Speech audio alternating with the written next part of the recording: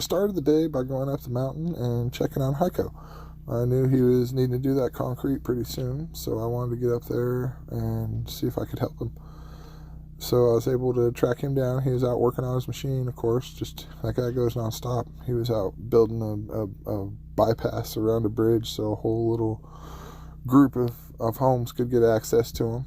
And I was asking him if he wanted to have a little bit of help mixing that concrete, and lo and behold, he sure did. So we set it up for 9:30 the next morning, and I went back down the mountain and tried checking on some other stuff. I went over to the job that I'd left some of my tools on and went and checked on that, the one where the house and the wall had blown out on the inside. And to see what Mitch and just everybody had done to make that house and bring it back and save it, they saved it. I mean, it was just insane how bad it was, but they managed to save it and make it all good. And just to witness that, it was just amazing. All the work, it didn't seem like it would be even possible. And just a couple days later, boom, there it was. And it was being finished up by a group, Samaritan's Purse. They were coming and mucking it out the rest of the way. Like after the machines got in there and did all their work, they just finished mucking it out. And Brennan, he just... local guy here, he just donated his machine, and we took the cab off of it, and he's just a great guy who's just been working his heart and soul out for his community. The second it hit, he's just been going nonstop, and he just turned over his machine, and while he's still going to work, he just doesn't stop. And it's just everybody just coming together, man. But yeah, local guy Brennan donated his machine to Mitch from way out of town, and who saves buildings and lifts buildings. He said he's done 5-story buildings before, lifted them and saved them and done stuff like that. But yeah. They just worked, and Mitch just lived in there. He worked. That guy worked so hard. I was working with him at 10:30 one night, and he did that every night, every day. But he managed to save it. And there was a bunch of other people that ended up coming and helping too, and I wasn't a part of that. But I know everybody just worked together, volunteered. Mitch is from far away. He's not from here, but yeah, like I said, Samaritan's Purse was in there finishing cleaning up when I came through.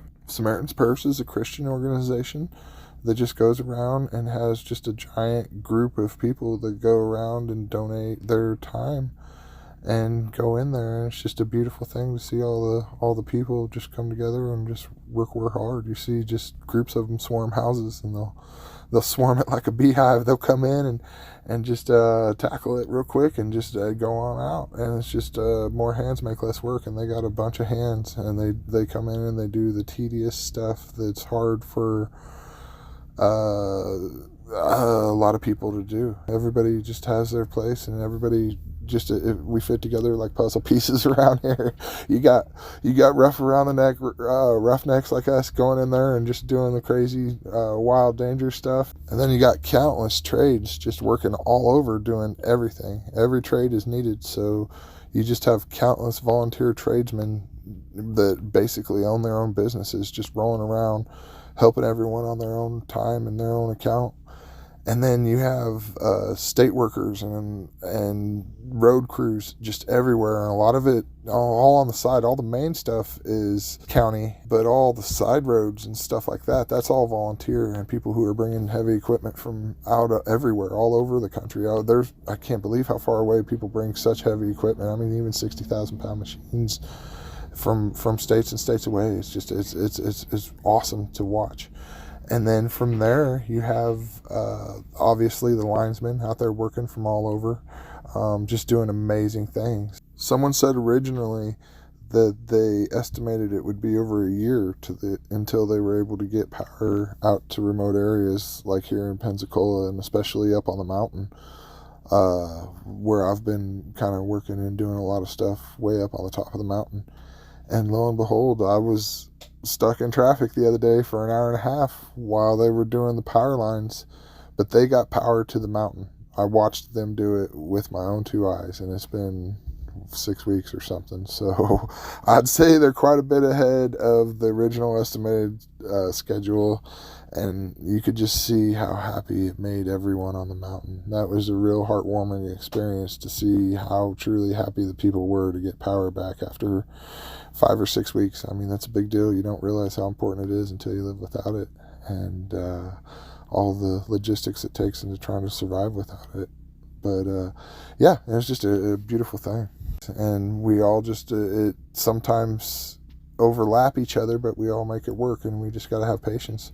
And from there, it's just everybody putting hands on. I mean, to people helping cook food, to people organizing things, to all the organizations. A lot of Christian organizations are coming out here and doing things like the Samaritan's Purse, and just doing the tedious, hard, dirty, hands-on finish kind of stuff, to where they'll demo the houses, the sheetrock, the carpet, that kind of stuff, and then go through their items and help try and clean them up and sort them, and just save people's precious moments. And that's the most important thing to people, you know. I mean, it's hard to, I guess, say what's the most important thing, because water, and having water to your house is pretty important, and electric, and even being able to have a bridge to get there. I mean, it's all important, you know, but at the end of it all, so is their memories and their precious moments, and all their, you know, stuff that's so hard to just sort through, especially through mud and disasters like this. So,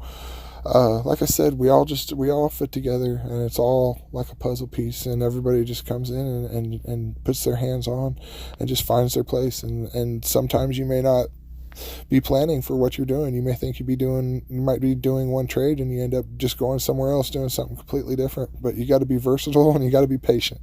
And those are the two most important things, because everybody's working on top of each other in just such a stressful, hard environment. And from a guy that's done trades my whole life, it's hard when you put all 10 trades in one place at the same time, and then try and just everybody coexist. But we make it happen out here. From there, I just rounded up a couple guys at camp. Glenn, the guy I got to interview with the Self-Sufficient Camper, he volunteered to come do some mucking out with me.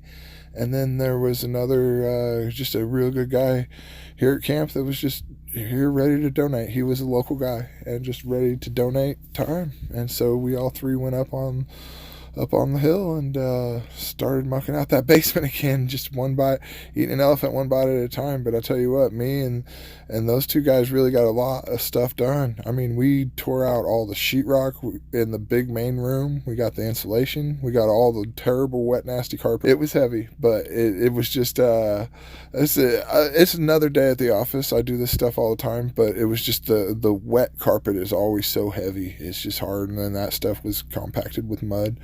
So it just seemed like it weighed a ton. We demoed out all the main room and finished it up, which was a great feeling to finally see that room done, because when I first came in there, it was a lot of work left. In total, we brought out 3 truckloads full of trash. Me and Glenn had gotten one before Stacy showed up, and once he showed up, he just went to town on that sheetrock, and we were able to get 3 truckloads total between the sheetrock and the carpet and the furniture and everything. I can't tell those guys how much I appreciate it. They were a huge help, and we really were able to make a lot of headway, and it was a hard, dirty job, and I can't tell them how much I appreciate them willing to get in and get dirty. And yeah, that was the end of that day. So I came back and slept pretty good that night.